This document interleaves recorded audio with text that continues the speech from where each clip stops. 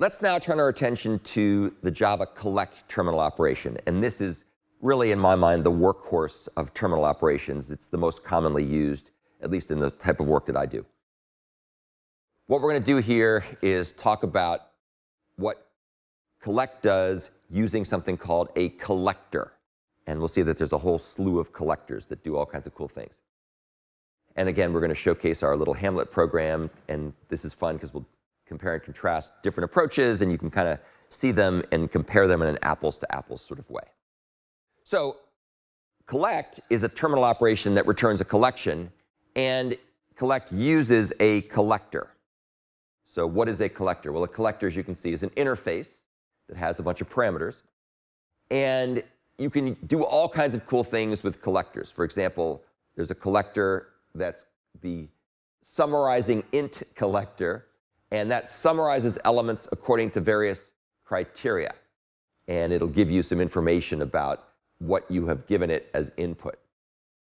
More commonly, you can accumulate elements into various collections or even into a single object, like a string or some other type, like a long or an integer, and so on and so forth. That's the most common way of doing things. The collect terminal operation typically returns a collection, although it can also return primitives, but it's most commonly used for returning collections.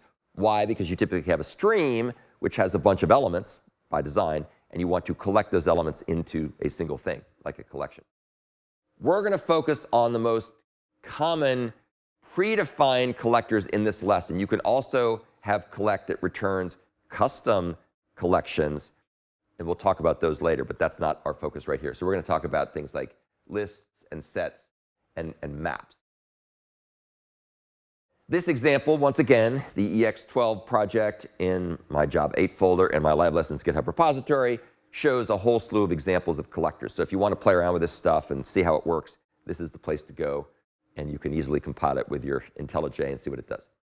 So as before, without overly beating a dead horse, we are going to take the characters in Hamlet, except this time we're going to stick them into a list. So we're going to have a list of these characters, and then we're going to do stuff with that character list, and we're going to collect it using a bunch of different kinds of collectors. So what does collect do? This is a good thing to remember. It'll probably be a quiz question at some point. Collect performs a so-called mutable reduction on a stream of elements, on all the elements in a stream, using some type of collector, and it'll return whatever that collector collects into. So you can kind of think of it like a piggy bank. You put stuff in it, and now you have a collection of stuff, or a stamp collection or something. So that's the end of the first part of this. As you can see, that was just kind of a warm-up to acquaint you to the concept of what collect does and this concept of collector. We will talk about lots of other more interesting use cases here momentarily.